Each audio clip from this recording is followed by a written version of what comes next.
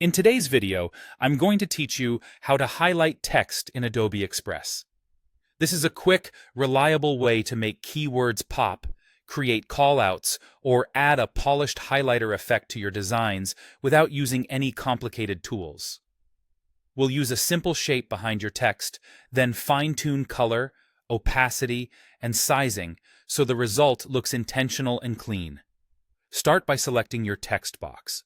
Click once on the text so you see the bounding box and corner handles. If you find yourself typing instead of selecting, press Escape or click outside and try again. It helps to finalize your wording, font, and size now, so you won't need to redo the highlight later.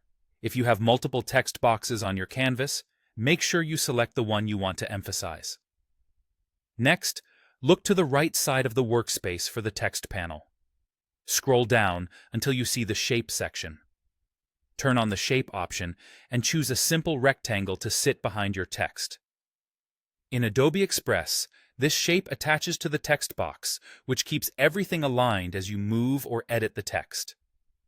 If the shape ever looks like it's covering the text, use the Arrange controls to send it behind, but in most cases, it will automatically appear as a background to your letters.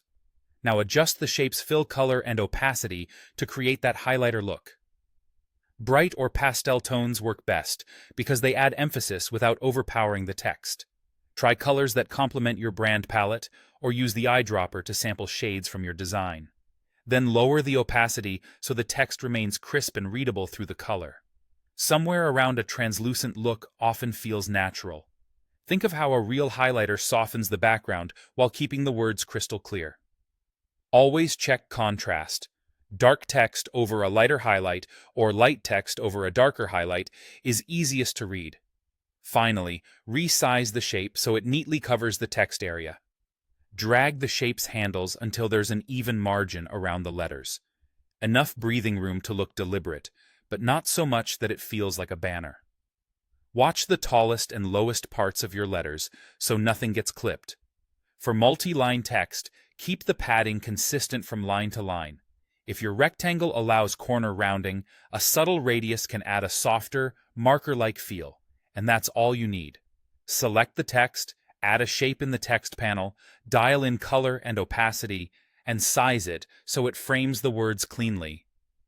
You've just created a clear, professional highlight in Adobe Express.